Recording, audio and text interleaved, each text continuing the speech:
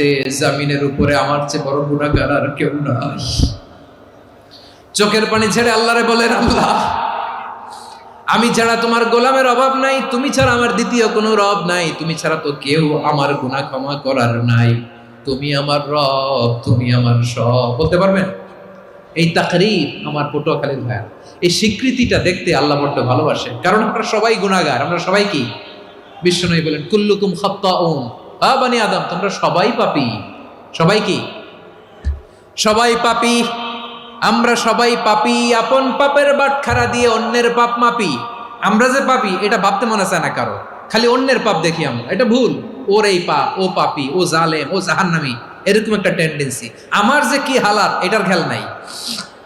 খেয়াল করতে হবে যে আমি সবচেয়ে বড় পাপী, ঠিক কিনা বলেন? পাপ করি নাই এমন কেউ আছি? হ্যাঁ আছি। কেউ না জানলেও জানে কে আমার পাপের ঘটনা? পৃথিবী না জানুক আমি তো জানি, আমি কি পাপ করেছি হায়।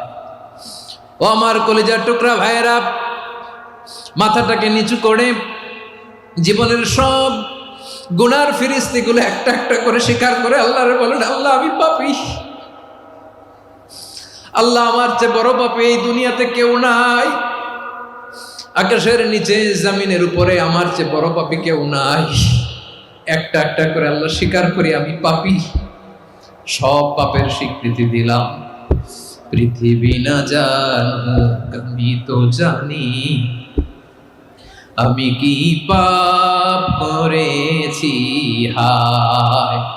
আমার পাপের করলে বিচার, বাঁচার আমার নাই উপায়।